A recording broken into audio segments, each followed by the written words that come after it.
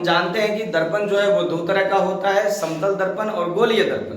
समतल दर्पण का सतह समतल होता है और गोलीय दर्पण का खासियत ये है, ये किसी खोखले कांच के गोले का भाग होता है। और ये गोलीय दर्पण जो है वो दो प्रकार के होते हैं, उत्तल दर्पण और अवतल दर्पण। आज हम इसको समझेंगे। एक साइड हम क्या लिखे, उत्तल दर्पण, और दूसरे साइड क्या है, अवतल दर्पण। क्या होता है उत्तल और अवतल, इसी को ना समझना है। बताइए उत्तल दर्पण क्या होता है और अवतल दर्पण क्या होता है। पहला तो दोनों गोलीय दर्पण का ही प्रकार है ना, यानी गोला से भागेगा नहीं, गोले रहेगा ना, क्या रहेगा, गोला ही रहेगा। ये समझ लीजिए एक गोला है, खोखले कांच का गोला है, जिसके इस साइड को रंगेंगे तो अलग दर्पण प्राप्त होगा, जिसके इस साइड को रंगेंगे तो अलग दर्पण प्राप्त होगा। देखिए ध्यान से, ये एक गोला है जिसके इस सतह को रंगने पर, इस सतह में यानी इधर से भीतर वाला सतह और इधर से बाहर वाला सतह रंगने पर दो अलग अलग प्रकार के दर्पण प्राप्त हो जा रहे हैं। अगर हम इस सतह के भीतरी सतह को रंगते हैं तो हमको उत्तल दर्पण प्राप्त होता है। यदि हम इस सतह के बाहरी सतह को रंगते हैं तो हमको अवतल दर्पण प्राप्त होता है। इस प्रकार से गोलीय दर्पण कितने प्रकार के हो जाते हैं, दो प्रकार के। नाम क्या क्या है, उत्तल दर्पण, अवतल दर्पण, कॉन्वेक्स मिरर, कॉनकेव मिरर।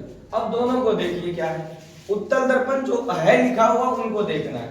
उस प्रकार का गोलीय दर्पण, क्या उस प्रकार का गोलीय दर्पण जिसका भीतरी सतह रजतित हो, क्या हो, रजतित हो मतलब रंगा हुआ हो, पेंट किया हो ना। जिस गोलीय दर्पण का भीतरी सतह रजतित हो, क्या भीतरी सतह रंगा हुआ हो, भीतरी सतह पेंट किया हुआ हो, और प्रावर्तक सतह क्या हो, उभरा हो। प्रावर्तक सतह क्या हो, उभरा हो, उसे क्या कहेंगे, तो उसे कहेंगे उत्तल दर्पण। क्या कहेंगे, उत्तल दर्पण। दूसरा का की है अवतल दर्पण, क्या है, कॉनकेव मिरर। क्या होता है, उस प्रकार का गोलीय दर्पण जिसका बाहरी सतह रजतित हो। कौन सा सतह, बाहरी सतह। देखिए बाहरी सतह रंगाया हुआ है, पेंट किया हुआ है, और क्या भीतरी सतह प्रावर्तक सतह। ये जो धसा हुआ सतह है ये क्या है, प्रावर्तक सतह है। तो ऐसे दर्पण कहलाएंगे अवतल दर्पण। क्या कहलाएंगे, गोलीय दर्पण कितने तरह का, कौन कौन सा, उत्तल और अवतल। यदि बाहर रंगाए तो अवतल, भीतर रंगाए तो उत्तल। अगर प्रावर्तक सतह उभरा है तो उत्तल, अप्रावर्तक सतह धसल है तो अवतल ना, याद रहेगा।